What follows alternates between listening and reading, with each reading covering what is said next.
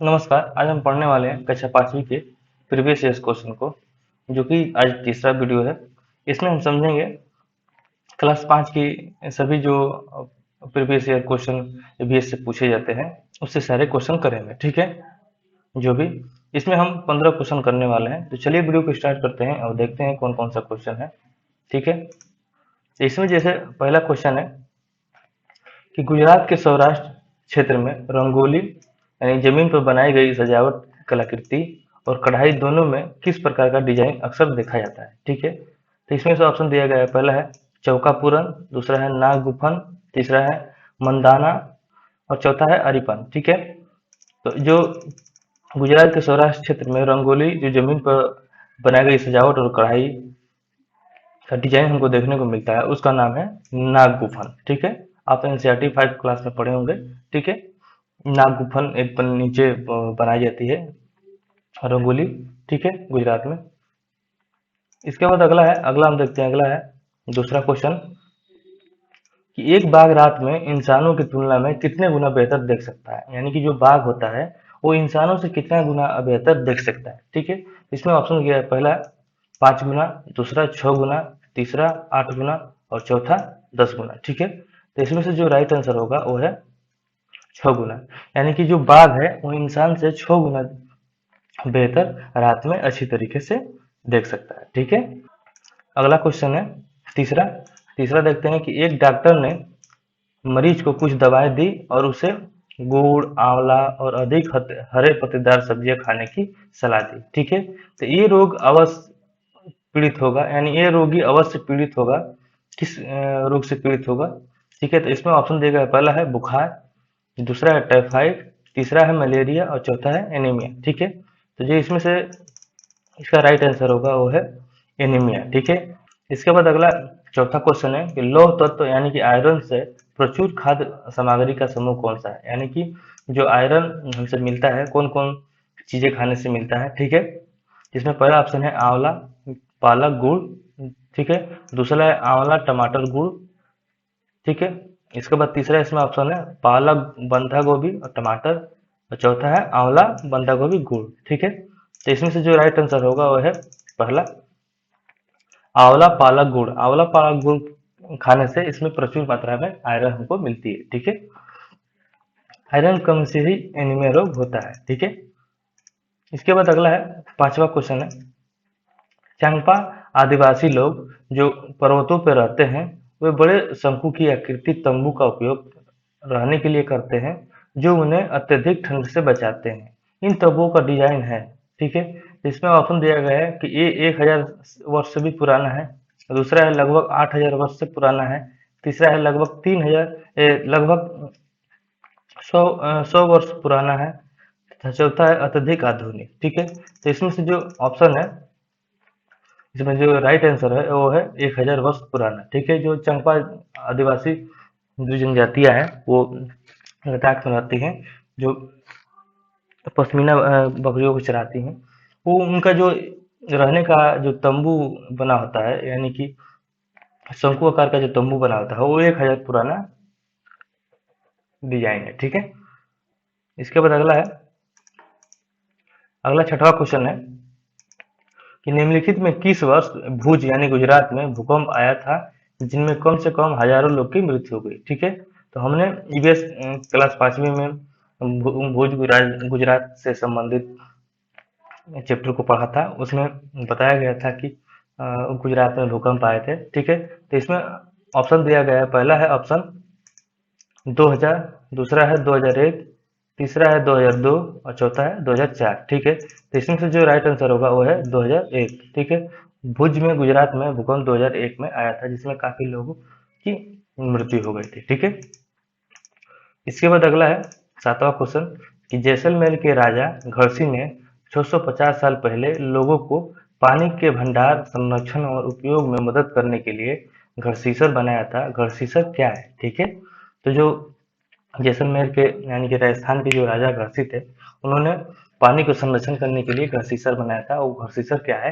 ठीक है, तो उसके बारे में ऑप्शन दिया गया है। पहला है एक बावड़ी, दूसरा है एक प्रकार का जौहर, तीसरा है झीलों का एक प्रकार, झीलों का एक समूह, और चौथा है एक नहर। ठीक है, इसमें से जो राइट आंसर होगा वो है झीलों का समूह, यानी कि झीलों के समूह को राजा घर्षी ने घर्षीसर नाम दिया। ठीक है, जिसमें झीलों के समूह को हम घर्षीसर कहते हैं। ठीक है, इसके बाद अगला 8वां क्वेश्चन है, डॉक्टर मरीजों में मलेरिया की पहचान के लिए खून की जांच करने के लिए निर्देशित करता है। यानी कि जब डॉक्टर किसी व्यक्ति में मलेरिया होती है तो उस खून को जांच करने के लिए निर्देश देता है।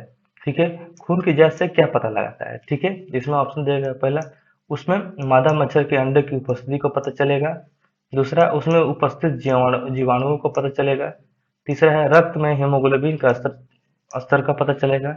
ठीक है, और चौथा है इसमें उपस्थित आयरन के तत्व की मात्रा का पता चलेगा। ठीक है, तो इसमें से जो इसका राइट आंसर होगा यह है दूसरा, उसमें उपस्थित जीवाणुओं का पता लगेगा।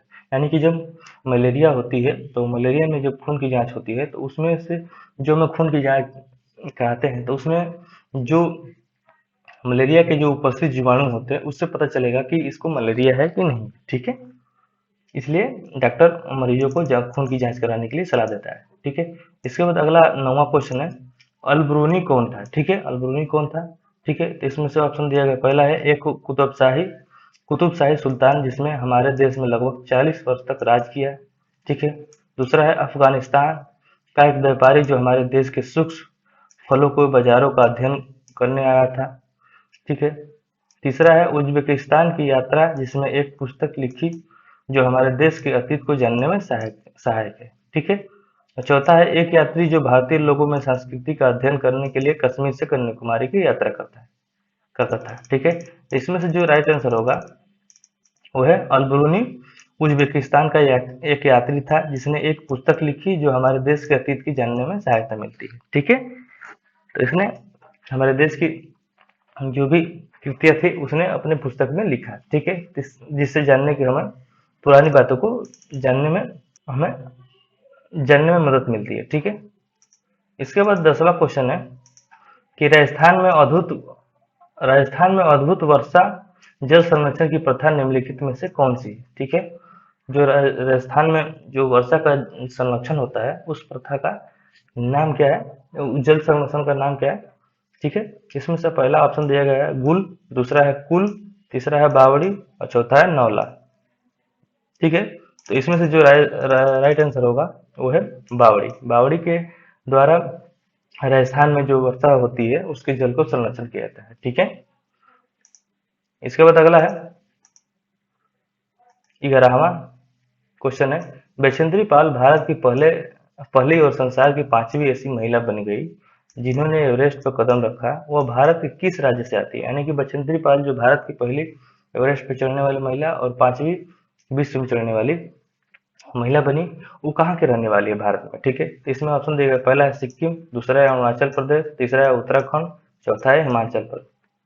तो इसमें से जो इसका राइट आंसर होगा वो है उत्तराखंड की। बछेंद्री पाल उत्तराखंड की रहने वाली महिला थी। ठीक है, इसके बाद अगला क्वेश्चन है 12वां 12वां क्वेश्चन है, भारतीय में त्योहारों का एक समूह जो पूर्णिमा के दिन मनाया जाता है। यानी कि भारतीयों में त्योहार एक पूर्णिमा के दिन मनाया जाता है, कौन सा त्योहार है? ठीक है, इसमें ऑप्शन दिया गया, पहला है दिवाली, होली, महाशिवरात्रि, दूसरा है दिवाली, होली, रक्षाबंधन, तीसरा है होली, रक्षाबंधन, गुरु नानक जयंती। ठीक है, इसके बाद चौथा है होली, गुरु नानक जन्मदिन, मकर संक्रांति। ठीक है, तो इसमें से जो भारतीय त्योहार में पूर्णिमा के दिन मनाया जाने वाला है वो है होली, रक्षाबंधन और गुरु नानक जयंती। ठीक है, इसका राइट आंसर होगा। ठीक है, इसके बाद अगला है 13वां क्वेश्चन, निम्नलिखित में से कौन सा प्रदूषक स्मॉग के लिए जिम्मेदार है? यानी स्मॉग के कारण का जिम्मेदार। ठीक है, तो इसमें से पहला है ऑप्शन भस्मक से, दूसरा है वाहनों से उत्सर्जन, तीसरा है भस्मक और वाहनों से उत्सर्जन दोनों से, और चौथा है उपयुक्त में से कोई नहीं। ठीक है, तो इसमें से जो इसका राइट आंसर होगा वो है तीसरा, भस्मक और वाहनों से उत्सर्जन दोनों से। ठीक है, इस प्रकार से स्मोक का प्रदूषण का कारण है। ठीक है, इसके बाद अगला है 14वां क्वेश्चन है, 14 नंबर क्वेश्चन है, निम्नलिखित में से किस पहल के खिलाफ महादेव भाई देसाई और गांधी जी एकजुट हुए थे। ठीक है, इसमें से पहला ऑप्शन है अस्पृश्यता, दूसरा है नमक कर, तीसरा है भारत छोड़ो आंदोलन, चौथा है सती प्रथा। ठीक है, इसमें से जो राइट आंसर होगा वो है अस्पृश्यता। अस्पृश्यता के खिलाफ महादेव भाई देसाई और गांधी जी एकजुट हुए थे। ठीक है, इसके बाद लास्ट अंतिम क्वेश्चन 15वां है, निम्नलिखित में से कौन सा जीवाश्म ईंधन नहीं है। ठीक है, इसमें से पूछा जा रहा है कौन सा जीवाश्म ईंधन नहीं है। तो पहला है कोयला, दूसरा है लकड़ी, तीसरा है पेट्रोलियम और चौथा है प्राकृतिक गैस। ठीक है, तो इसमें से जो इसका राइट आंसर होगा वो है लकड़ी। लकड़ी जो है जीवाश्म ईंधन नहीं है। जीवाश्म ईंधन उसे कहते हैं जो पुराने जीव जंतुओं जमीन में दबे होते हैं, वो एक ईंधन के रूप में कई सालों बाद तैयार होते हैं। जब तैयार होते हैं तो उसी को हम जीवाश्म ईंधन बोल लेते हैं, जो लकड़ी इसमें से नहीं है। ठीक है, तो इन 15 क्वेश्चन को हमने किया। ईबीएस के तीसरे, चौथी और पांचवी के सभी प्रीवियस ईयर को हमने कराया। इसके बाद हम अगले टॉपिक को पढ़ेंगे। अगले टॉपिक में हम देखेंगे जीन पियाजे, कोहलबर्ग और वाइगोत्स्की से संबंधित जो भी सिद्धांत है उसको अच्छी तरीके से पढ़ेंगे। तब तक के लिए धन्यवाद, नमस्कार।